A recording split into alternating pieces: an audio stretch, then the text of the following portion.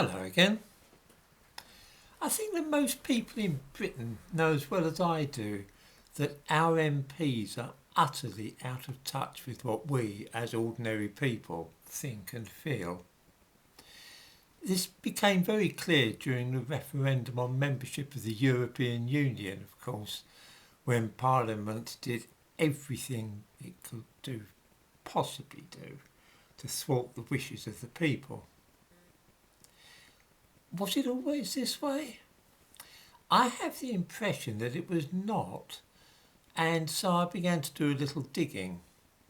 The result showed exactly what has gone wrong with Parliament, or at least the way in which it has changed dramatically since the 1970s. During the 1970s, most members of Parliament had lived normal lives before becoming MPs. They had held down jobs, got married, raised children. Many of them had also fought in the war, by the way. Tony Benn had been an RAF pilot in, of all unlikely places, Rhodesia. Prime Minister Edward Heath had been a captain of artillery.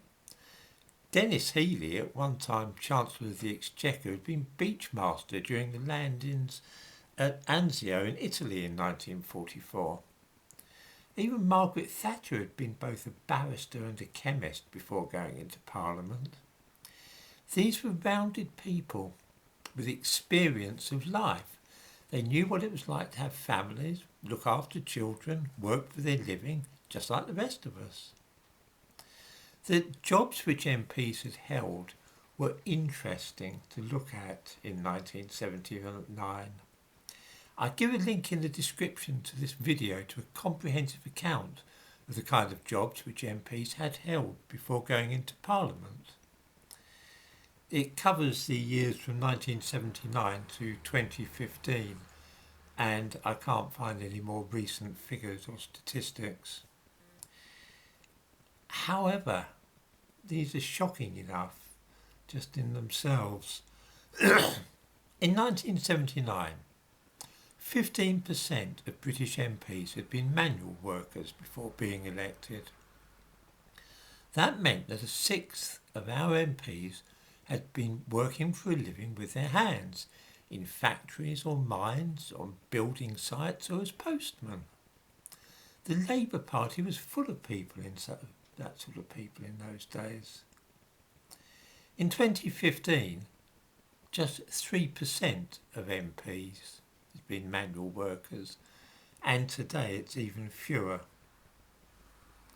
There were quite a few former teachers at one time in Parliament. They once made up 13% of MPs. Now that percentage has more than halved.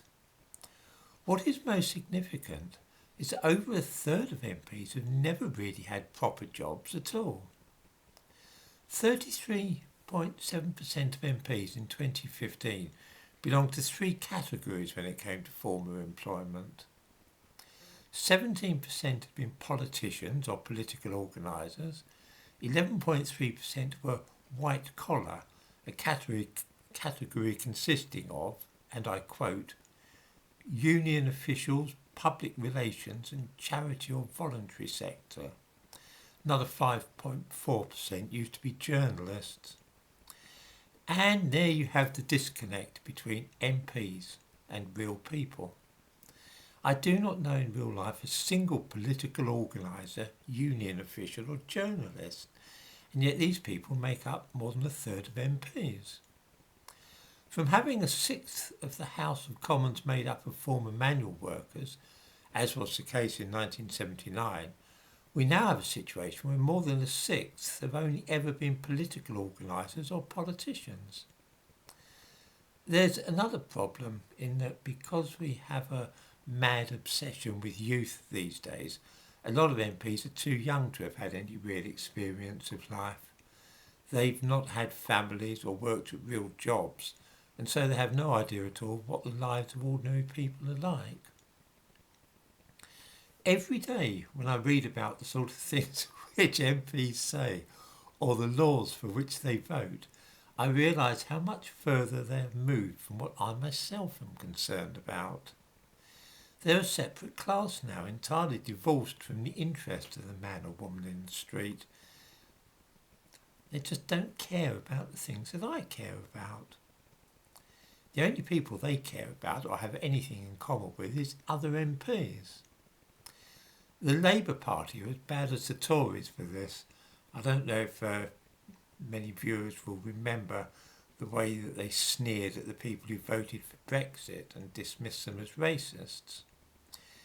Can anyone remember during the 2010 election campaign when the woman asked then Prime Minister Gordon Brown why there were so many Eastern Europeans in her town? He didn't turn off his microphone, and he could be heard saying, when he thought that he was safely alone with his staff, that she was just a bigoted woman. That's Labour for you. I doubt if we'll see any change in this in the next few years. Indeed, I suspect that things are worse now than when those figures were compiled in 2019. I'm guessing there are even more former political activists working as MPs now than there were in 2015. And I'm damn sure there's going to be fewer manual workers.